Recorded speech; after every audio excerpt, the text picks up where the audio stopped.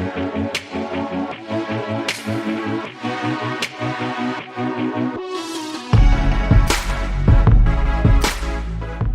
going on, everybody? Welcome back to another edition of the DFS OGs podcast. Back in the house, coming off a Thanksgiving, a Week 13 slate. We got to get some season-long updates, playoffs coming up there. Best ball playoffs are in full swing, so coming towards the end. But we are back to cover the 13 games on the main slate here this week. We are done with the bye week, so a lot to get to here this week. Let me bring in my boys, fellow OGs, Notorious, headChopper. Noto, let's get started with you, buddy. How was Week 13?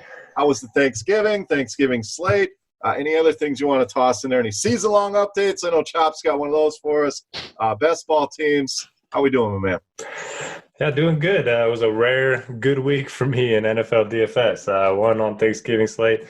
Pretty good Sunday as well. I had, unfortunately, in my core plays article, I had Saquon, McCaffrey, and Chris Kirk, and played all three of them, still managed to cash. But that was a brutal week for the core plays. But, yeah, it was a good week, and I did make the playoffs in my one season-long league. So pumped for that. I managed to get a little home field advantage. The lower seed gets 4 extra points. So I snuck that by everyone in our league. I'm sure they would have voted against it if they knew. Man, I like that. I never heard of that. I'll have to slide that into one of my leagues. Interesting. Shop, how was your Thanksgiving, buddy? Week 13, the season-long update. How things going? Thanksgiving was good. It was what it is. And then the thing about Thanksgiving is what do you do with all that food afterwards? And luckily we're pretty creative. So I've been eating turkey and ham for a week straight now, but it's good stuff. We do some different stuff with it. And my season long is man, I got a good team. I'm going to make the playoffs. Our playoffs, we have always run it in week 15, 16. I think I'm going to make, probably got about an 80% chance to make, but man, Dalvin Cook last night costed me a win. Dalvin Cook going down costed me a chance to lock it up, so that sucks. I hope he's all right, but otherwise, I think I'm going to get to the promised land here.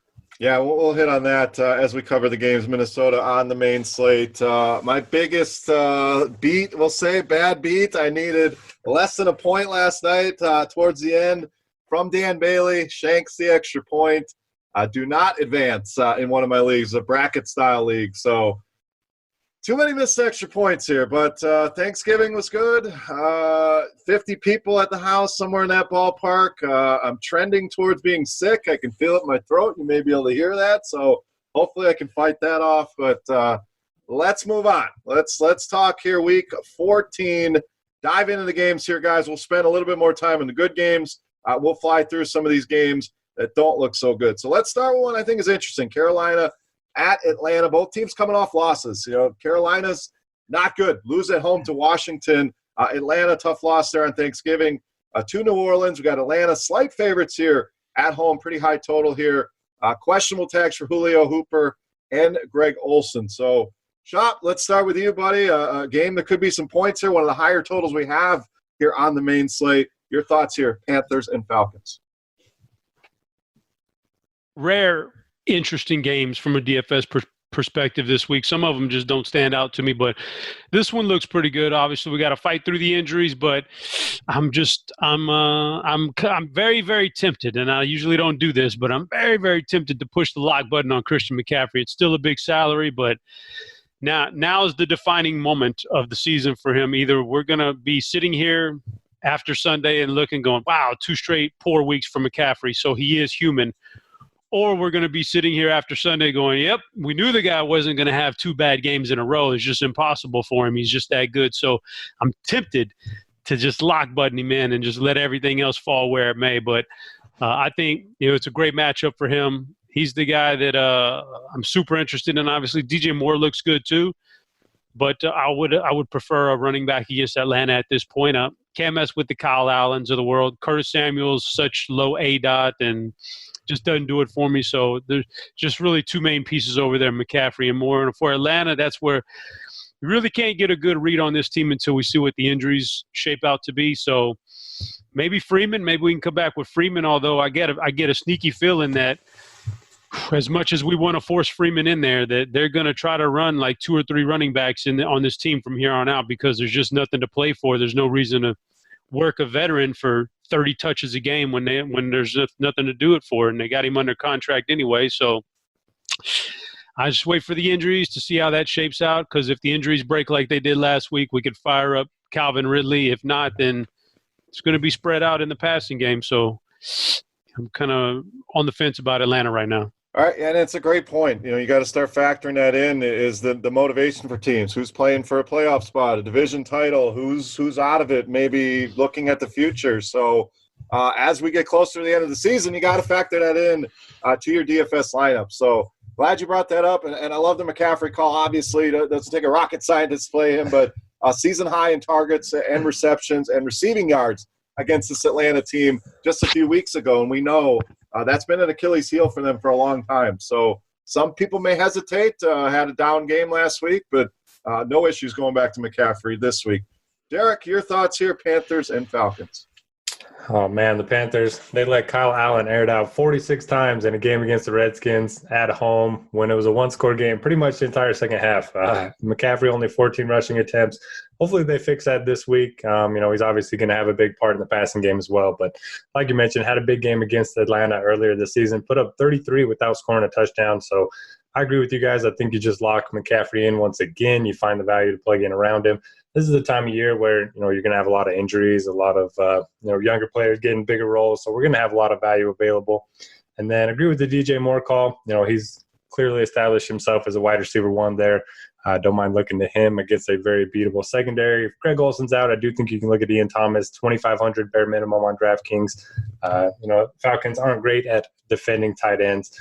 And then on the other side, I do have interest in Matt Ryan if he does have his weapons back.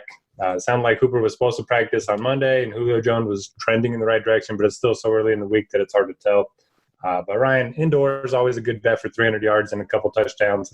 And then Freeman did play on 67% of the snaps in his first game back from injury. This is a run funnel defense. The Panthers, 8th in DVOA against the pass, 31st in DVOA against the run. So I think you can look at him, but the Falcons don't really have a ton of reason to play all of their, veterans. All right, we got Atlanta -3 at home. Derek, 47.5. Like I said, one of the higher totals we have here. What do you got on this one? I will take the over. A lot of good pieces from a DFS perspective. I kind of thinking Julio and Hooper suit up, so I like the over in this one. I am going to go over as well. I think either team could win this game. If McCaffrey goes nuts, obviously Carolina's a good shot. Atlanta at home could win this game. So not sure on the line, but I'll take the over. 47.5. I think there's going to be a lot of fantasy production here. Chop, your thoughts? I'm taking Atlanta at home here. I just I think we're seeing the other shoe drop on Kyle Allen, and I trust Atlanta more than I trust Carolina. All right, moving on. Next game, we got your Super Bowl favorites here and running away with it. The Baltimore Ravens, big win at home against San Francisco. Kind of played out as we thought it would. A great game to watch, a great football game. DFS-wise, not the best game. Now they go to Buffalo. Another game. I don't know that there's a lot here. So, Buffalo, big win at Dallas. Chop, we'll razz you about that here shortly. But let's talk about the DFS stuff here first, Derek. Lamar Jackson, price creep back up a little bit, but tough spot here at Buffalo. Do we just continue to play him? Are you avoiding him this week? How are you handling that? And then what do we do at Buffalo? Singletary looked good. Allen's been good this season, but stiff test here with this Baltimore defense. Yeah, I honestly thought San Francisco would be able to, keep the wraps on Lamar Jackson, but at least 26 fantasy points each of his last 7 games. If we have that type of production from a running back, he would be 9-10K. So certainly don't see a reason to fade him at this point. 7,400. If you're going to get 26 plus fantasy points, I'll continue to take it. Buffalo much worse against the run than they are against the pass. So it's a rare spot where I think you could actually fire up Mark Ingram. I know the snaps aren't there, but he's still a pretty good bet to see, touches in the teens somewhere. 5,900 is a good price point. No interest in the receivers. I think you can just play Lamar naked or, maybe even pair him up with Ingram and sort of a full game stack there.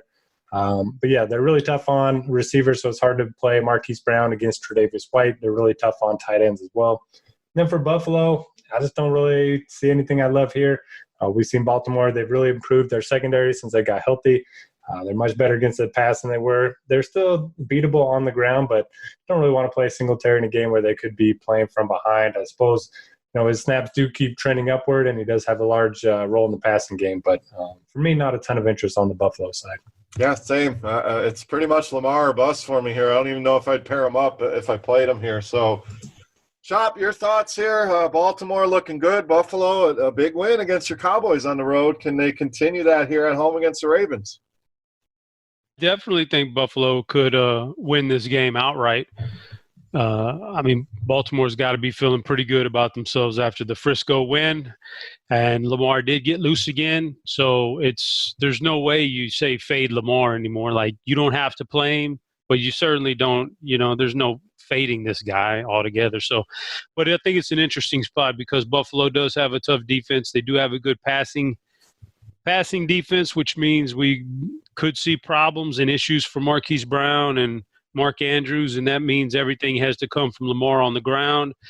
But we had those games where Mark Ingram steps in and takes all the touchdowns. It's just the way it works sometimes. And so I'm kind of on the fence about playing him too much this week on the road like this. I've got some concerns about him. So he's the one guy that I look at that obviously stands out for Baltimore. I could sprinkle some Ingram and GPPs, but I don't have much interest in the pass receivers in this game. And for Buffalo, man, yeah, this Baltimore defense looks really good. It's tough to trust any of these guys. I mean, obviously Josh Allen with his running ability is fine, but yeah, like you guys said, it's just tough to find a way to get on Baltimore right now. It's just, they just don't have much outside of Josh Allen's legs in this game, I don't think. One thing to keep in mind with Lamar, if you are playing him, and we've seen this happen before, if you really think Baltimore is going to roll here in the spread at 5.5, it certainly could happen. They have a Thursday night game next week, so it could be Lamar and bubble wrap like we've seen. Usually that means he had a massive game, so I wouldn't overthink it, but just something to keep in the back of your mind here. So, Chop, we got Baltimore minus 5.5 on the road. So big road favorites here. Low total, though, 43. This is a tough one, but I think just what you just said is very interesting. A game on Thursday coming up for Baltimore. The last game was the game of the year against San Francisco, so now they got this one on the road sandwich in there. I think I'm taking Buffalo in the points. I'm with you for that same reason. We talk about sandwich games, and you see it a lot in college. I think this is a spot, Baltimore. You put everything into that game and won, and I think Buffalo is better than people realize. We've questioned it. Have they played anybody? It was a big win in Dallas. Now coming back home, always a tough place to play. So I'll take Buffalo in the points. I wouldn't be surprised to see this go down to 4.5 by the time we get to Sunday. So grab the 5.5 now. Derek, what do you got? Yeah, make it 3 for 3. A little extra rest for Buffalo. And as mentioned, really tough place to play. So I will take the points as well. All right, next game, one of the lower totals we have, sitting at 40.5. Cincinnati and Cleveland. Now, Cincinnati finally got on the board, beat the Jets. Andy Dalton back in that lineup. It was an ugly game, a lower scoring game. Cleveland, tough loss at Pittsburgh. So, Chop, 40.5-point total. Generally not a spot we're looking for fantasy goodness. So one note, John Ross is back here. So Cincinnati gets a pass catcher back. Any interest, though, in this game? I'm not seeing much here to get too excited about. Typically I want to see – when I see Cincinnati on the schedule, I say, okay, I can play guys against their defense. So I think there's a route there. But, Mayfield – he hit his – first of all, he just hasn't been particularly good this year at all, and it's carried over to Odell Beckham, so that's not an easy sell right there for me. Jarvis has been the better receiver this year. The way you want to go, I guess, is Nick Chubb, and then that's Cleveland. That's Cleveland in a nutshell. Don't know if I can trust their passing game, but if anything, I know I can trust Nick Chubb. But on the flip side, man, Cincinnati is – boy – Andy Dalton, I thought, was going to have a good game last week in a good matchup. Didn't pan out for him. Now, a lot of it wasn't his fault. I saw him dropping touchdowns on him, but nonetheless, it was a very subpar game. Now you go on the road, a little bit tougher defense, so I don't think I can trust Cincinnati at all here. So my interest, I guess, mainly lies with Nick Chubb. Any worry about Kareem Hunt? Starting to get more and more involved. Prices creeping up on him. I'm with you. I want to like Nick Chubb, and the touches are coming down a little bit. He's still getting some work, but generally, big home favorite is where we want our running back. Any worry about Kareem Hunt? Any interest in playing him at a cheaper price tag? I don't have any interest in playing him, and I don't worry about him if I think the game script fits Nick Chubb's game. And I think this fits Chubb. If it's a different type of game script, then I would worry about him, but I don't think I'm worried about him this week. All right, and it makes sense. I mean, it's a great matchup. Cincinnati 27th DVOA against the run. So, I mean, if I'm going anywhere, it's there. I worry somewhat about Kareem Hunt. Derek, your thoughts here? Cincinnati, not a lot to love, but Cleveland, you on the running game here as well. And is it Chubb? Is it Hunt? Maybe it's neither. Yeah, I think you can play pretty much anyone from Cleveland. You look at Cincinnati's defense; they're right there with the Dolphins, very bottom of the league. And when the Browns faced the Dolphins a couple weeks ago at home, pretty much everyone off. Baker had a big game, Beckham had a big game, Landry, Chubb, Hunt, all five of them, put up some big numbers. So I think it's a pretty good spot for Cleveland, whether you want to target the running game or the passing game. Over the last 2 weeks, Hunt does have more snaps than Chubb, which I was surprised to see, but Chubb does have 17 more touches during that stretch. I would probably lean toward Chubb as well, but he's pretty expensive. Probably for him over on FanDuel than I do on DraftKings. Then in the passing game, I probably have more interest in Odell and Landry than you two. They're just getting a ton of opportunities. We know Baker's not really going to look elsewhere in the passing game. So against one of the worst pass defenses in the NFL, I'll take some chances with Beckham and Landry. And then for Cincinnati, yeah, it's pretty ugly. Not a lot to love here. Tough spot to play. We know Cleveland's pass defense is pretty good.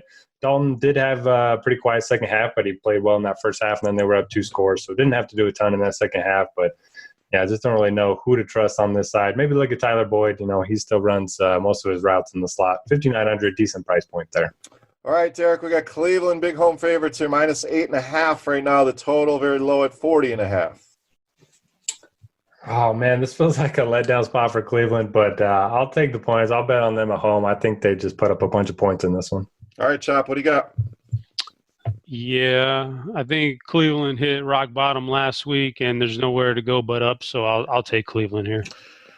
I don't have a strong feeling on either of these. I'll go Cleveland. Don't want to go under in that total. I think there will be some points here, and tough to bet on Cincinnati on the road. So I'll go Cleveland as well. Don't love it, but we'll make it a clean sweep. All right, moving on. Next game, we have Washington in Green Bay. Washington coming off a big win. They played well. I think a lot of that was Darius Geis. Now, problem was Darius Geis was third in snaps on his own team. So pour a little cold water on the Geis excitement. Maybe that's just me. You guys can hit on that. Green Bay at home, generally a better team. Big favorites here. So, Chop, is this a all-out spot on Green Bay? Do you see any more interest in Washington? And I seem to have what do you got here, Redskins and Packers?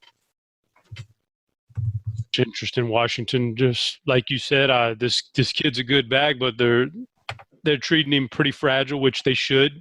So I'm not trusting a guy that plays 20 snaps a game or whatever. He has terrible snap count, so I don't want to go that route. And for Green Bay, yeah, I think this is a very good spot for him to smash.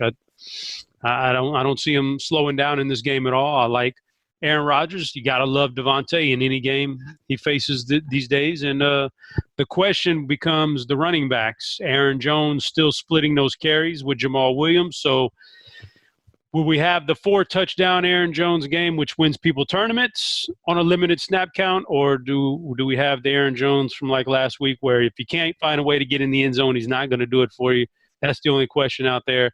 I tend to lean on the fact that one of these guys, Jones or Williams, actually does score some touchdowns this week, so kind of like the running backs here. But, yeah, all my interest lies with those 4 guys on Green Bay because it's a very centered offense, and I don't have any interest in Washington. I'm pretty much with you. I think you can throw in Alan Lazard as well. The targets aren't what we want to see, but the big plays have been there. Had a big week last week, so he's cheap. The running backs, the big question, no doubt. I've always been an Aaron Jones guy, but you're getting almost $2,000 savings with Jamal Williams. And big home favorites. We just talked about it with Cleveland. Good spot to target running backs. So I think I'm on Team Jamal Williams. We'll be mixing in some Jones as well. Derek, your thoughts here? A lot of Green Bay love for here. Me and Chop. Anything on the Washington side to interest you? Yeah, I agree with you, too, on the Packers side. I'm not sure the volume's going to be there for Rodgers, so I probably won't play him at this price point, but I do still think Adams a good double-digit targets against a very beatable secondary, so love Adams. And then just take your pick with Jones and Williams. They're both going to have their opportunities. And I'm hoping Williams plays well again because his post-game interviews are the best. Talking about Frozen, Mermaids, SpongeBob. That guy's hilarious. On the Washington side, back-to-back wins, and Haskins scored 6 and 7 fantasy points. That's pretty bad. I can't trust the running back situation. I know Geis looked great last week, but like you mentioned, played third most snaps in that backfield. So for me, Washington's a complete fade. I think you can play the Packers D, and I think they'll be pretty low owned given the fact that they're 4K on DraftKings. Man, this Terry McLaurin dude. I mean, so much talent just wasted away. If you're stacking Green Bay, and this is to both of you, is that the guy you run it back with? Do you just not run it back with anybody? I know we said we don't have any interest in Rodgers, so maybe it's just a running back, Green Bay D. Any interest in Terry McLaurin? I'm going to take your silence as a no on Terry McLaurin. All right, let's move on to the spread here. We got Green Bay minus 13, 42.5 on that total, Derek. Green Bay, hammer time. Chop. Good one. Well, the reason I don't have interest in McLaren is because I think Washington scores less than double-digit points in the game. So I could go either or. I could go Green Bay or I could go the under. I'll take the under. All right, I'm going to go Green Bay as well. I think Washington played their best game last week. Caught a sleepy Carolina team at home, but Green Bay, very good offensively at home. The defense has played well. So give me Green Bay. Big spread to cover, but I think they get it done. All right, moving on. Denver and Houston here, another big spread, 9.5 for the Texans at home, coming off their big win against New England.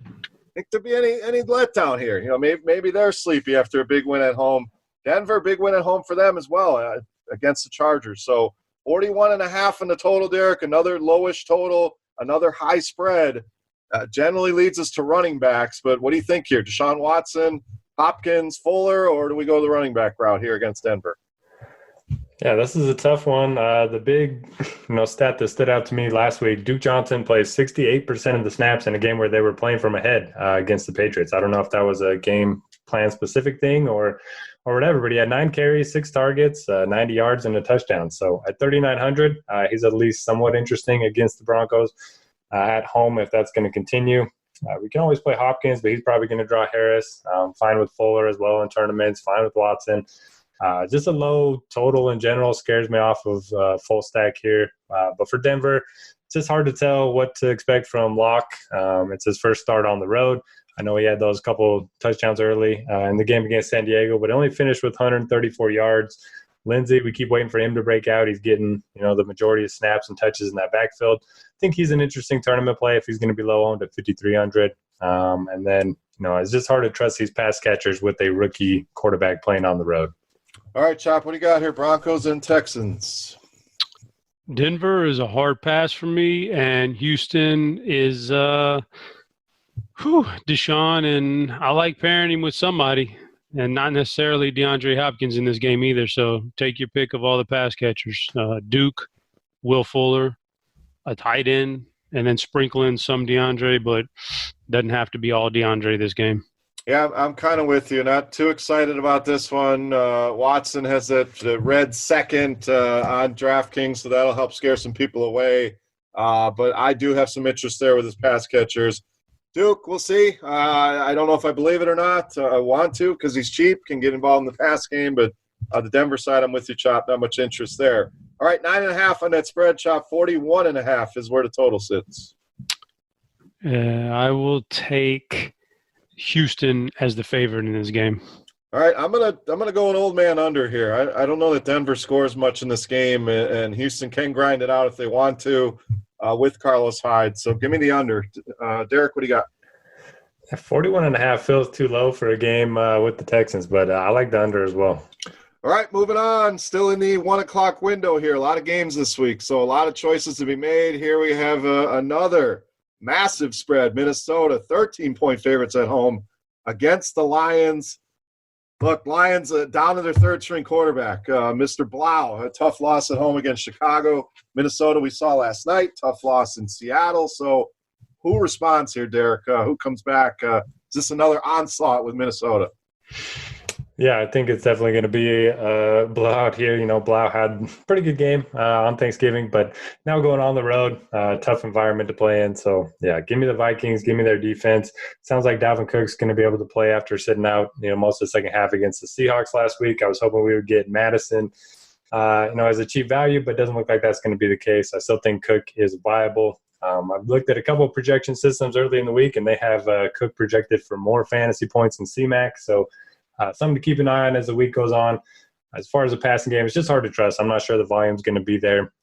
We know they want to run the ball anyway, and they're huge favorites at home. So I'll probably pass, maybe a few shots on Diggs just because we're waiting for that big game from him. But everyone else I can avoid. And for the Lions, not a lot to love here. I mean, Minnesota secondary isn't that great.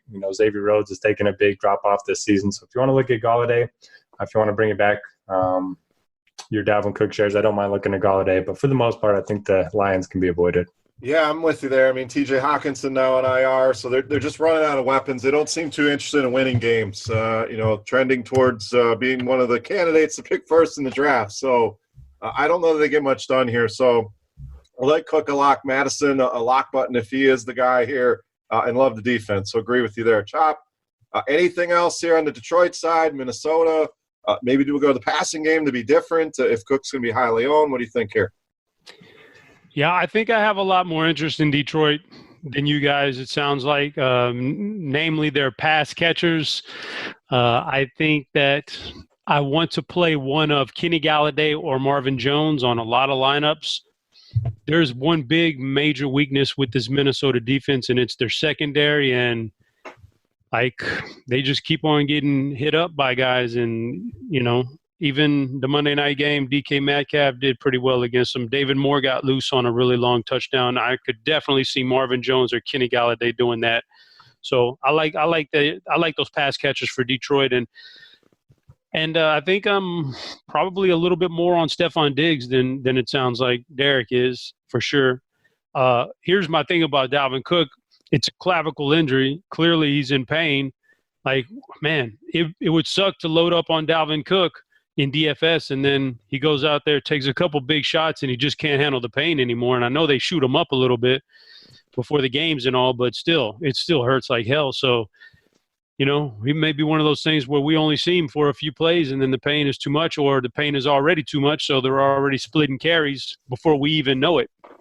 So I have a little bit more interest in Stephon Diggs than you guys do, but otherwise, if Cook was healthy, he'd be a lock and load for me. But I'm leery of that injury. I got to correct one thing there, Chop. What's up? You had a pretty big mistake there. It's not DK Metcalf. It's Decaf Metcalf, according to the broadcast last night on Monday Night Football. So got a good laugh out of that. Called him Decaf. But here's a question. I mean, I like that, man. Did you catch that? I don't know if it was Booger. I think it was Booger. It might have been the other guy. But, I didn't catch it because I do not listen to them. I mean, I love the guy for entertainment value because he says so many stupid things, but I try not to listen to him too much. I mean, that's exactly why I listen to him. See what else he's going to say. But, yeah, that was a good one. So let's just play hypothetical here. I mean, if Cook's out, everybody's going to play Madison. But is there any scenario where exactly what you talked about, Chop, would you play Madison – not banking on a Cook injury, but maybe he'll be under the radar if Cook was starting. Nobody's going to play him. Is that getting too cute then? No, I guess we'll have to see how the week shapes up and if there's any low-dollar value guys out there that really stand out to us. It's kind of sometimes that's hit or miss, but – yeah, man, I think in tournaments, there's definitely a path to where I could play Alexander Madison. And just like I said, I could see Dalvin Cook taking a couple of big shots. This is NFL linebackers out here. I know Detroit's not great, but these guys they all hit hard. And if you have a shoulder issue and you're getting hit on your shoulder, take a couple good shots. I could see a path where Madison gets the lion's share of the work because the Vikings can't – because Dalvin Cook can't handle the pain. Right, or even maybe they get out to a lead and they put him on the bench. They have playoff aspirations. They have Super Bowl aspirations. So I bring it up because I'm intrigued with Madison. Derek, any thoughts there? I mean, again, Cook's out. Everybody plays him. But if Cook's in, you're talking about a very low-owned guy with some upside. So thoughts on that real quick. Yeah, Chop makes some great points about the clavicle hurting and the potential blowout. So, yeah, I think that's definitely interesting. Definitely not like if you're making 5 lineups, throw them in there. But if you're making 20 or more, I think you can take a shot on them. All right, so, Chop, we got Vikings big favorites 13 at home, 44 is where the total's sitting. Ooh, man. I'm going to go with the over because I think Detroit can put up more points than what the general public thinks they can. I think they can put up some points, so I'm going to take the over. Derek, what do you got? I will take another big home favorite. Doesn't feel great, but give me the Vikings. I'm going to lean the over as well. I'm not excited about Detroit for DFS, but I do think they can put enough points, and I think Minnesota can do whatever they want. So if they're going to score 4 or 5 touchdowns, you don't need a whole lot from Detroit. So I will go the over as well. All right, next game. Another one of those, a great football game, one I'd love to sit down and watch. But DFS-wise, where do we go here, Chop? San Francisco and New Orleans. Niners coming off that loss in Baltimore. Saints coming off that win on Thanksgiving night against the Falcons. But we're talking about a close spread, 44.5 on the total. Are there any viable DFS plays here that it was big slate of games, don't have to play them all? Maybe I'm missing something here, but another one of those games. Not a ton of interest for me here. Yeah, for the fact that we have so many games this week, and I'm not going to sit here and detail every player. I really don't have much interest in this game. San Francisco, we know what they do. Like they're 3 running backs deep if Breida comes back. They're 4 wide receivers deep. I don't have to take chances over there. And for New Orleans, was there a more disappointing week 13 team out there, fantasy-wise? Drew Brees, 1 touchdown. Thomas, a goose egg practically. Kamara, nothing. Like, they were total letdown against an Atlanta team that they should have taken advantage of. So I definitely don't want to play them against San Francisco, so I don't have much interest in this game. Yeah, I mean, you're talking about 2 top 5 teams as far as fantasy points allowed to running backs. That's what both of these teams really want to do, run the ball, play defense. So, Derek, any more optimism here for DFS? Again, should be a great game. I can't wait to sit down and watch it, but DFS, I think it's a fade for me. First off, if I have to watch Taysom Hill score another touchdown or block another punt, I don't know if it's just because he went to BYU, but I can't stand the guy. He seems like a good teammate and all that, but just let Drew Brees do his thing, bugs me. Anyway, look, we're getting like a 2K price decrease. Derek must not play Taysom in the showdowns. No, I'm not big T. A little bit of saltiness there. No giblets. I think the bigger story, so you're saying there's a huge rivalry between you and BYU. Yeah, just a little bit. Notorious v. Taysom. I was taking your school of choice as the Utah Utes. Yep, alma mater. Oh, really? Oh, shit, you went to college. You're a smart boy. Trying to get in that playoff. But anyway, we're getting a big discount on Kamara and Michael Thomas. We know the offense is going to run through those 2 guys. I'll gladly play them, even in this tough matchup. They're at home in a dome. I know the Niners' defense is great, but I'll take Kamara and MT once again.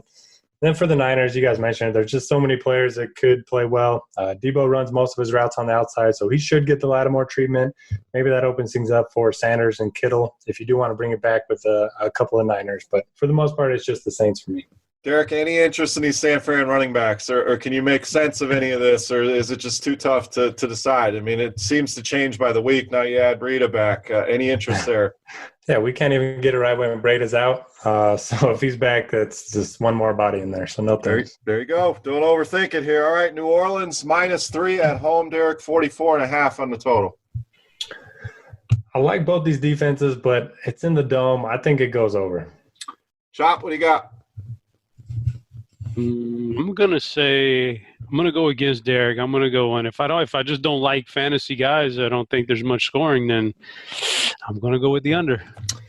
I'm gonna go at San Fran and the points here. I think the public will be heavy on New Orleans. They're at home. I think San Francisco may be the better team of the 2, and that may not be a popular take. Saints a very good team, but I like what I've seen out of San Francisco. They hung in there. Probably should have won that game at Baltimore. I think they shocked some people here. So give me San Francisco to win this game. Let's go on the money line here with the Niners. All right, 2 games left here In the 1 o'clock window, you're listening to the DFS OGs podcasts right here on RotoGrinders. Miami and the Jets break up the Dolphins, boys. Continue to get it done. Big win against Philly, putting up points. Fitzmagic alive and well. The Jets, well, thought they were playing well, and then they go to Cincy and drop a dud. So do they respond here, Derek? Do the Jets get it going? I mean, Miami games seem to go over every single week. So I think there's going to be a lot of points in this game. I think a very stackable game. So favorite plays in this game, or am I just too high in this game? Yeah, I think there's a lot of good plays here. And, I know it's tough to be a Jaguars fan, but at least I'm not a Jets fan. They gave up their first win, or the first win to the Dolphins, and then the first win to the Bengals as well when they were both winless. So that's pretty rough. But they're playing at home, pretty high implied total. Le'Veon Bell back up to 85% of the snaps last week. In the previous two, he was under 60. So pretty good spot for him. Can't ask for a better matchup. We saw Miles Sanders get the job done against Miami. So I think Bell is in a blow-up spot here. He's kind of had some bad run with touchdowns over the last few weeks. I don't mind going back to Robbie Anderson. Over 300 air yards over the last 3 games. Very beatable secondary. So he's probably my preferred pass catcher. But the only issue with Thomas at 3,700, Crowder at 5,300, I think all these guys are in play against the Dolphins. Then you can obviously bring it back with Devontae Parker. Just continues to crush. His price is up to 6,900 on DraftKings, and that should keep the ownership down, even though he just continues to put up 100 yards and a touchdown every week. Patrick Laird, probably going to be one of the more popular plays of the week if Balaj ends up sitting out. He still hasn't been able to do much on the ground, but he is a much better pass catcher than Balaj, so I think he's definitely worth a look at 4,100, and that's it for me in this one. All right, Chop, Dolphins, Jets, game of the week. Well, it's the exact opposite of the New Orleans game, right? That's a great real-life game. This one's terrible. That one's bad for fantasy, we think, and this one looks great for fantasy. Hell, I think that, everybody's in play. Fitzpatrick's looked great in these comeback roles, these garbage time roles to Devontae Parker, so you can go that route. The Jets, Sam Darnold has just been hit or miss all year, but when he's been hitting – it's been pretty good stuff, so I think you can play him again in this game. 2 poor defenses here through the air. Robbie Anderson, I think, is due here for a nice little game. And Patrick Laird, boy, that's the good question right there. I thought this was I guess on DraftKings he's playable. He's up to 4,100. He's not stone minimum anymore, but 4,100, I guess so, man, on DraftKings because you get a point for every reception. But like Derek said, these guys can't run the ball at all. So it's not like you're banking on any running yardage here or even running touchdowns. You're hoping everything comes through the air. You're hoping he gets a touchdown through the air because he's not going to get it on the ground. So, he's in play. And as much as we all want to keep forcing Le'Veon Bell in there, this guy's just not very good right now. So even against the Dolphins, I don't see this big blow-up game happening. Yeah, and keep an eye. Sam Darnold listed as questionable, so that It sounds like he's going to play. No alarms or anything, but something to watch. I agree more so with Chop on Le'Veon Bell. Just have not liked what I've seen out of him. Just doesn't look like the same guy. And Patrick Laird, an interesting case. He's got to get there with the receptions. The Jets very good against the run. In fact, second DVOA in that department. So you're really counting on those receptions. But 4,100, I think he has a path to get there. Through those receptions. So let's take a look at the spread total. We got Jets -5 in this one. Total sitting at 45. Chop. I would say that, man, as good as the Dolphins are playing, I'm going to go with the Jets here against the spread. And I also would point out, if I was a GM of a team, you know what I would spend like every year, I would spend like 1 or 2 late round picks, maybe one late round pick on a running back. And that running back would be a guy who jumped off the film to me as a quick twitch guy, like small spaces, can get through a hole really fast. Because these big, bulky running backs like Le'Veon Bell, when they finally slow up or when, just they don't have much movement, not much speed, and that's when they really go south. I'd make sure I always had a surplus of the very quick backs, and I would never pay a back a big contract. When his time came up to get big money, I'd let him walk, even if it was the best guy in the league.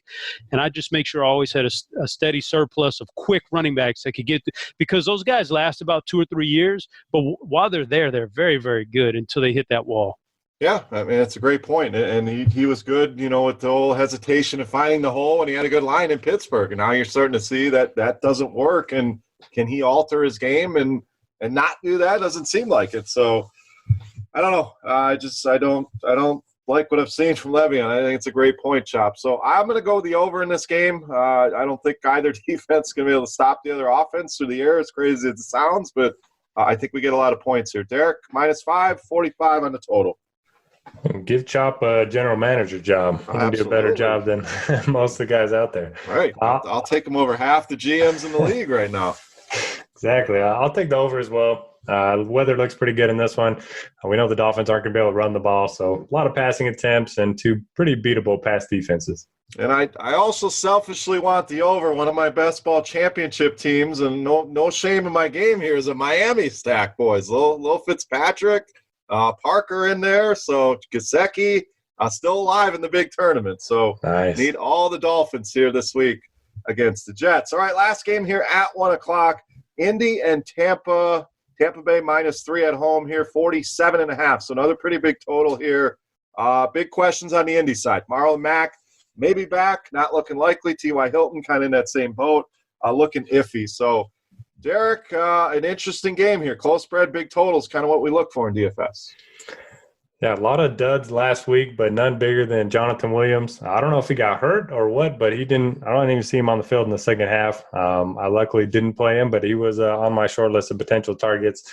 Either way, I'm not going to be using the running backs against Tampa Bay. Number 1 in DVOA against the run, 25th against the pass. So give me some Brissett, and then depending on T.Y. Hilton, don't mind going to Pascal. With Ebron now, Doyle's getting a bunch of work. His price is up to 4,600. I think that'll keep a lot of people off of him. And then if Paris Campbell ends up being out as well, Marcus Johnson's been getting more work. He's only 3,600 against this pass funnel defense. So I think there's a lot of interesting plays in the passing game here. Just going to wait and see with Hilton and Campbell. And then for Tampa Bay, we saw Ronald Jones get benched because he didn't pass protect very well. So that's a sticky situation right now. I'll probably avoid them. Winston and his pass catchers always viable. Evans and Godwin, typically one of them has a big week. So I certainly will have exposure to both. Probably not in the same lineup because we rarely see them both go out from the same week. But I think they're both interesting. And then O.J. Howard, sneaky play of the week, 83% of the snaps last week, 6 targets. We know Indy very bad against tight ends. They give up a lot over the middle. So O.J. Howard, one of my favorite tournament plays.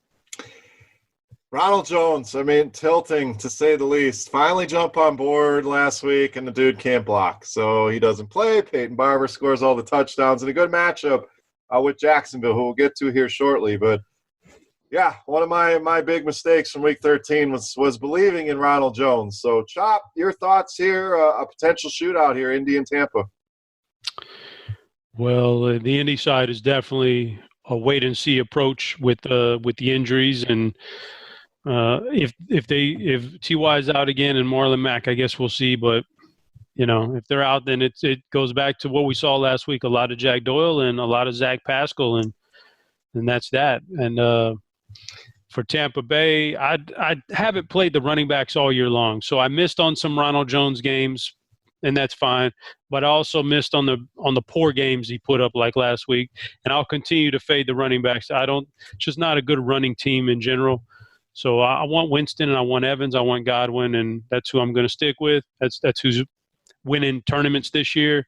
So that's what I'm sticking with. All right, what do you got on the spread here? Tampa Bay -3, 47.5. 3 is an interesting number. I still think Indianapolis is a playoff team. They've caught some bad injury luck. So assuming Marlon Mack or T.Y. come back this week, either or, I think Indy is definitely not a team that's going to get beat by 2 possessions at Tampa. So I think Indy with the spread. All right, Derek, what do you got? Indy money line. I agree with Chop. I think they're a better team and pretty much a must-win for them too. They're 6-6 right now. Money line, like it. I'm going to go the over. I think there'll be points in this one as well. Tampa Bay can't stop anybody. You guys brought up great points with Indy. I think they score points, so give me the over on 47.5. All right, moving on to the 4 o'clock window. We have 4 games here on the late slate, so we're going to start with Derek's Jacksonville Jaguars. Derek, you brought up the biggest bust of last week. I got to argue. I got to say it was Nick Foles giving me negative points in DFS. So back to the stash here, Gardner Minshew. So, Chop, we'll go to you here to start. Chargers, Jacksonville, another close spread here, but a lower total at 43. Chargers, tough loss in Denver. What do we do here with Jacksonville? I mean, Fournette, do we trust Minshew now? Can we go back to DJ Chark? What's going on here with this Jags team before we turn it over to Derek to talk about his team? So, first of all, I'd like to address the Nick Foles situation and how sometimes, not just in general, not just DFS or the analysts on TV, on ESPN, whatever, it's funny how you get pigeonholed into thinking one thing and really it has not like, oh, this player is this high up on the list or this coach is this good or this bad. And really, like, it just all depends on circumstances. Nick Foles had a very small, good run way back in the day for Philadelphia. He wasn't a good quarterback. He was going to retire from the NFL. He came back to Philly and then they won a Super Bowl because Carson Wentz got hurt. The same year Carson Wentz looked like an MVP with that Philly team. And now Carson Wentz looks like total dog mess, man, like terrible, right? Like, and now, so now you know, and for a while there, look, oh, Carson Wentz is the next great quarterback because he was this MVP. He just got hurt. And then it looked, oh, look at Nick Foles, how good he is. Let's give him a $50 million contract as a Jacksonville front office. The truth is, both those guys were way overrated. The guy that was underrated was Frank Reich. He was the engine that drove both of those guys up to that plateau. And without him, they are what they are. They're just, you know, Nick Foles, not a particularly great quarterback. Boy, Philly's got to feel lucky. They caught lightning in a bottle with that guy for that 3-game playoff run. So, got to feel lucky if you're Philly, but he's just not that good. Gardner Minshew, probably a better quarterback right now. I don't mind him. I don't mind DJ Chark. I saw Cortland Sutton eat up this secondary. I think this Chargers defense is better with some of these healthier guys now, but still gave it up to Sutton. I still think they give it up to DJ Chark. Fournette's perfectly fine too, and that's where I would go on that side of the ball. I think the Chargers offense, they got so many weapons. I mean, Gordon, Eckler, Allen, Williams, Hunter Henry. Take your pick. I think somebody has a big game. I can't really tell you who it is right now. I'm leaning more the running game here. I mean, we mentioned trying to roster Ronald Jones last week didn't work. The Jags still, you know, one of the worst teams in the league against the run. So the problem is, Derek, is it Melvin Gordon? Is it Austin Eckler? Any preference there? And then the floor is yours to talk Jacksonville, buddy. Quarterbacks or whatever you want to discuss here. Your team's on the hot seat here. Yeah, tough time to be a Jags fan. You know, I was so ready to move on from Blake Bortles that I was so pumped with the Nick Foles signing. But, yeah, Chop's right. Definitely paid him more than he deserved. And we're kind of seeing him, you know, not that great of a quarterback. So I'm a little surprised they benched him and moved him back to Minshew. I mean, I know he hasn't been great, but at the same time, you just paid him all this money. You got to decide what you're going to do for the future. So I would think that they would give him, you know, the rest of the season to figure it out. But I do like Minshew. Obviously, you got the stash. So, yeah, I don't know. It's a tough matchup. Derwin James is back for the Chargers. A big boost to their run defense and their pass defense. You got, you know, Casey Hayward out there probably going to shout out DJ Chark. So, seen wide receiver twos have success against the Chargers. I'll probably lean toward Westbrook over Chark this week and still fine playing Fournette. He's just getting so much workload. He's had 7, 12, and 11 targets over the last 3 games. Granted, most of those were with Foles under center, but Minshew likes to dump it off to him as well. And it's just a volume spot. Keep banking on that volume, and he's getting a lot of run even in blowouts. So don't mind Fournette. On the Chargers side, I will side with the running game like you mentioned.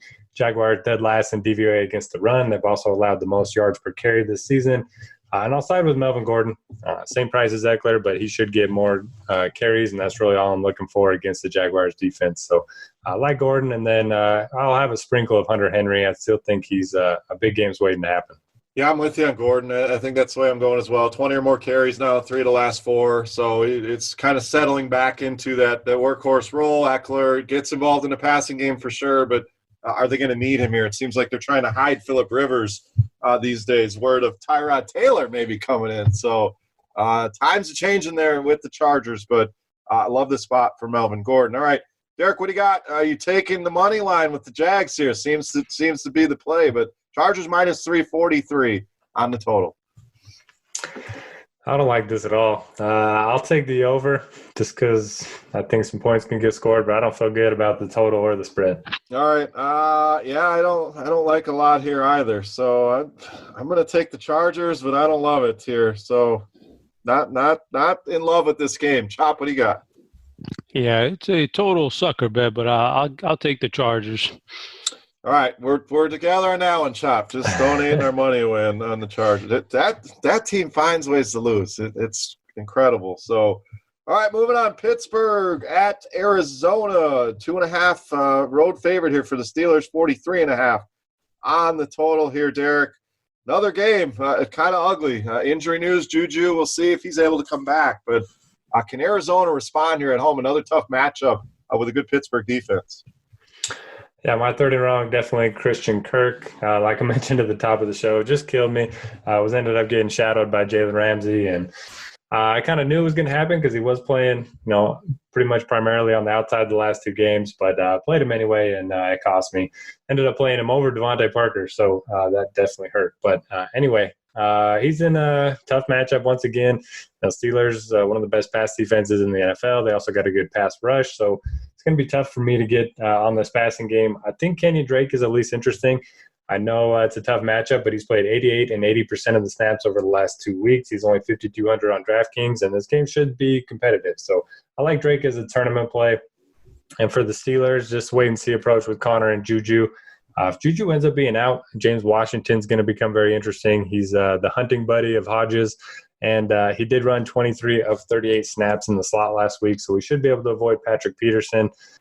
We saw last week, Peterson was on Cook, shut him down, and pretty much the entire Rams passing game went off other than Brandon Cooks. So I think there's some interesting plays here. Washington, if he's active, Juju, if he's active. Probably won't be playing Hodges just because he's priced up, but we've seen so many quarterbacks go off against the Cardinals. And then obviously the tight ends, the flow chart play, Vance McDonald. We saw Higbee just go nuts against him last week. So a lot of people are going to be on McDonald, and rightly so. Damn Higbee, man. That's unbelievable. Chalky Higbee makes it happen here. That's how bad this team has been, Chop. So is it just play Vance? Does this end sooner or later? I like James Washington here against the secondary, but all in all, it's another game I'm not overly excited about. Now, Vance McDonald, it may be where the flow chart ends, because I remember him a couple weeks ago. I thought he was a great play. I told you I played him against Cincinnati. I benched Kittle. I thought Vance McDonald was such a good play, and he goes out and gets 1 target for 1 yard. So this may be where, the rubber meets the road right here, man. I don't know. It's hard for me to press the button on any Pittsburgh, even though it's Arizona defense can be had in the air, through the air, but not a good quarterback, not particularly good receivers if Juju's banged up, not a particularly good running game if James Conner's banged up. And in fact, I think he splits carries anyway. Even if he comes back, I think he splits carries quite a bit with other guys. So I don't trust any of those guys. And, I'm, glancing through the game logs against Pittsburgh and what some people have done against them. I don't know how to treat this. I kind of want to play Kyler Murray as a GPP option because some of the numbers Pittsburgh's racked up on defense against quarterbacks. I mean, Mayfield twice. He's just not been good this year. Ryan Finley, Jared Goff, who's been bad. Brian Hoyer, he hadn't faced the best competition, so some of those numbers get a little bit skewed, but they have been pretty good, though, in the competition they have faced. So that's a tough one, man. But ultimately, I think there's better spots on this big, massive slate this weekend to have to jam too many of these guys in from this game. So if anything, it's Kyler Murray for me. And, if I'm going to play Kyler Murray, I got to pair him with somebody, so I'll take a shot with Christian Kirk. But everybody else, I think I can safely avoid. Yeah, and this is one of those games, like if you're playing the 4-game slate, you're going to have to look at it a little harder. But if you're playing the full slate and the main slate, I don't think you look too much into this game. You may get some low ownership, but even a James Washington, who I like, prices up to 6,000. That's a big price on James Washington. So it's pretty much a stay away from me here. What about betting-wise, Chop? Pittsburgh minus 2.5, 43.5. A very difficult one because I don't believe in Pittsburgh with their lack of talent. I just don't believe, but they keep winning games with these guys. But I'm going to go Arizona because I think that ends eventually. And Arizona looked terrible last week, but I'll go with Arizona and Kyler Murray to make some plays with his legs and to pull the win at home against Pittsburgh. All right, I'm going to go old man under here. This Pittsburgh defense is legit. I think it's going to cause Arizona some fits, and Pittsburgh could run the ball here and run some clock. So I see a lower scoring game. I'm going to go under. Derek, what do you got? I'm going to go against you. I'm going to go with the over. I think the Steelers are going to put up some points because Arizona can't stop anybody, and their offense can't be as bad as it was last week. All right, let's move on to the highest total we have on the main slate. Kansas City coming into New England, 48.5 is the highest total we have this week. Patriots, small 3-point home favorites here. Kansas City coming off that big win against Oakland. New England, tough loss at Houston. So no injuries too much in this game besides the Kansas City backfield, Derek. I think that's a place to start. A lot of injuries there. We saw Darwin Thompson finally enter the equation here. So what do we do with that situation? Tough matchup here with New England. And New England, we talk about it every week. Where do we go with this team? Brady has not been good. The running game has not been good.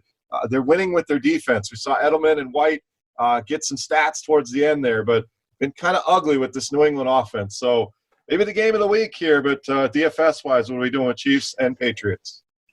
Yeah, for the Patriots, everyone's ready to write them off. This happens every single year. They lose a couple games. Tom Brady looks old.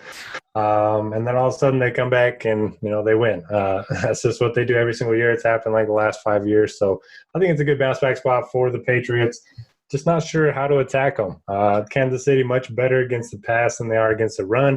So on paper, it sets up better for Sony Michel, but he basically needs 100 yards or 2 touchdowns to pay off his salary on DraftKings, which is kind of tough to bank on. And if they get down, it's going to be the James White show. So I'll probably have exposure to both of them in tournaments. White's probably the safer play of the two, but I do think this sets up pretty well for Michel. Edelman, always viable. I think he's a really good play on DraftKings because you're going to get those PPR points. Probably no interest in Dorsett, Sanu, or the tight ends. But I think it's a good spot for the Patriots offense as a whole to get right. And then for the Chiefs, we saw, their defense play well. We saw the running backs, kind of get some work last week against the Raiders. I think this turns back to the passing game. Love Mahomes. I think 7K is the cheapest we've seen him in quite some time. I don't mind pairing him up with Kelsey. We know Tyreek Hill can win any one-on-one matchup. So even though he's probably going to get Gilmore, I think he can run by him and beat him deep if Mahomes is able to extend some plays. So I think it's a pretty good spot for the passing game. And even if Damian Williams is out, I don't think I'll mess with the backfield at all. Chop, any chance they use Gilmore and Kelsey and maybe go that route and try to maybe double team Hill or, they always get creative with these matchups. Is that scary at all with these Kansas City pass catchers? It scares me. Yes, that, the scary part is it's Bill Belichick. I don't know how he's going to play this because there's also the thought that he's looking at this game. Yes, I know he wants to win this game. That's, obviously, but man, how much does he really want to reveal to this team that he thinks there's probably a pretty good chance he sees them in the playoffs just, a month from now or a month and a half from now? Like, how much does he really want to reveal of his defense and all his special packages to shut this team down? I don't think he wants to give everything up in a regular season game. So there's the thought that he plays this thing straight up, doesn't reveal anything too quirky, and Mahomes can take advantage of it. And then he comes back if there's a playoff game in New England in round 2. He comes back and then he drops the double team on Tyreek and let's put Gilmore on Kelsey, and then we'll find a way to we'll shut down Watkins with this thing. Like, that's Bill Belichick, man. So I'm really intrigued by that particular aspect of it. Because of that, I think I can trust Tyreek Hill this way. I think I can see Tyreek Hill getting loose against this secondary. and I think Patrick Mahomes has a decent game. I don't want to go overboard on Kansas City because it's still one of, if not the number 2, maybe number 3 at worst defense in the NFL. So I don't want to go overboard, but I think there's a path for Hill to get loose here.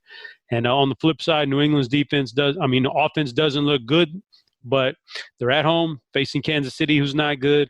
I could definitely see Brady, Edelman, and these guys getting back on track.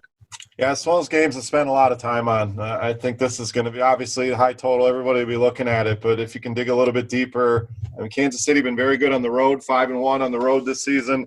I agree with some of the things you said, Chop, with New England, but they're also in a fight for that number 1 seed with Baltimore.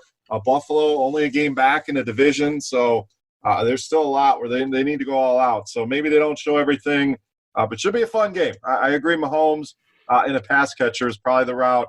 For me, and it's probably going to be Tyreek Hill. All right, Chop, we got -3 here for the home Patriots, 48.5 on the total. All right, so I'm going to vote. I'm going to go here with my heart and not my head. So take that into consideration when you tally up the scores. So don't bet on this. That's what Chop's trying to tell you. We have got to see. For the life of me, I just absolutely want to see Week 16, the New England Buffalo game for the division title, because that's the way it's trending right now. I've got to see that happen. And in order for that to happen, I need New England to lose somewhere along the way. I think New England can lose this week at home against Kansas City, so I'm going Kansas City.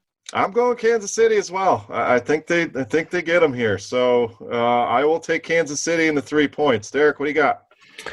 I'll take the over. Patriots defense been great this season, but they gave up 37 to the Ravens, gave up 28 to the Texans.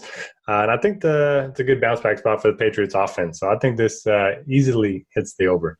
All right, last game for us, Tennessee traveling out to Oakland. Tennessee 3-point road favorites, 47. So another pretty high total here. Derek, we'll finish it up with you. Tennessee coming off that big win in Indy. Oakland embarrassing loss at Kansas City. So does Oakland respond? On the other side, do we just keep playing Derrick Henry and Ryan Tannehill? It seems like on the Titans side. Yeah, Derrick Henry, last 3 weeks, 188, 159, 149 rushing yards to go along with 36 receiving yards and 5 touchdowns. He comes alive this time of year every single season. It's hard not to play him at this point. A great matchup against the Raiders. They're 23rd in DVOA against the run. They are favored as well. So got to think it's another 20-plus game or 20-plus touch game for Henry. Love him in all formats. Tannehill's been very good. He's averaging 23 fantasy points over his last 6 starts. Don't mind pairing him up with A.J. Brown, but I don't think they're going to need it too much. I think it's going to be a Henry show once again. One of my favorite running back plays of the week, if you can find a way to pair him up with McCaffrey. Then for Oakland, it's a great spot for the passing attack.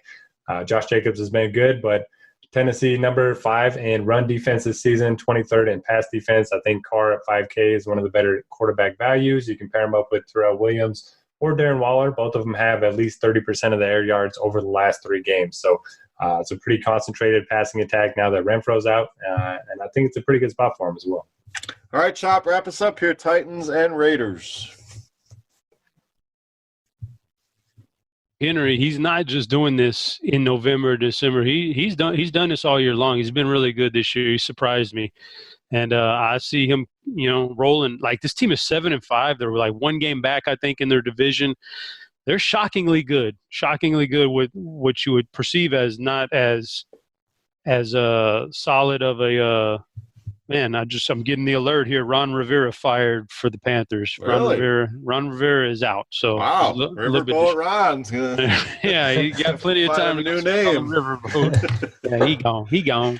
All right, yeah. So Tennessee does a lot with a little. So I don't, Yeah, Derrick Henry, let's keep riding the guy. This is time of year. The Raiders are getting demolished by offenses here these last couple of weeks. I think that continues. On the flip side, they are back at home. If they're going to take advantage of this matchup, it's going to be through the air. So maybe Tyrell gets back in the end zone this week. So give me a little Tyrell, maybe a little Waller. Those guys have been lacking lately. Maybe they get back on track, but Derrick Henry for sure. Yeah, I mean, big game for the Titans. So right now it looks like they're on the outside looking into the playoffs. Tied with Pittsburgh, a game back of Houston, Kansas City in the standings. So got to win. Got to keep putting the W's on the board. The Raiders right there as well. So both teams very motivated here. So a very stackable game. And I'm going to call it now. Riverboat Ron ends up in Detroit. I think Patricia's act has gotten old here. So That's my prediction here. Rivera to the Lions. But that will do it here. Oh, we got to make a pick on the spread. Then we'll get out of here. Almost got out of here too soon. All right, Chop. Tennessee -3 and 47 on the total. Oh, man. Everything about this screams Tennessee, so I'm going to take the Raiders at home plus the points. That's what I was thinking too, but I'm going to be a donkey and take Tennessee anyway. Give me the -3. Derek, what do you got? Yeah, I'm leaning toward Chop. That feels like Tennessee wins, so I'll bet Oakland here. Yeah, for some reason that's how it always works. So I'll take the hit on this one, so you guys can ensure the W on the Oakland side of things. Now that will wrap us up for a long Week 14, 13 games and all. Covered all the plays, the bets, the totals for you guys. So hopefully you guys enjoyed it. We appreciate you listening. Boys, any final thoughts for the peeps before we get out of here? Chop, we'll go to you. Good luck to Derek's Utah Utes trying to get into the playoff system here with a game on Friday night against Oregon to get in, or maybe I think get in. So good luck to him. That was one of my sleeper teams to start the year, and I hope they get in. Derek, big game for you, buddy. I got one myself. My Badgers try to slay the beast here with Ohio State. I don't even think if we beat them, it will affect Ohio State getting in, but big game for you at Utah. But any final thoughts here for the people for Week 14?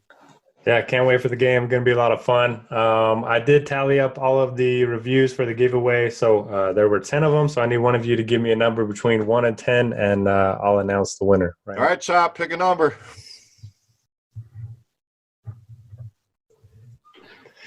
Hey, okay, so at YG Brown, I will reach out to you, get your information, and send you out the RG swag bag and the free month of RG Premium. Appreciate everyone that left us a review. Yeah, we absolutely do, guys. So we always say it. We love doing these shows. Love that you guys enjoy it as well. So appreciate the feedback with the reviews and on social media. Any questions, you guys can always hit us up on Twitter as well. For Notorious, for headChopper, I am Beer saying salut. Best of luck here in Week 14, guys. We'll be back next week talking everything Week 15.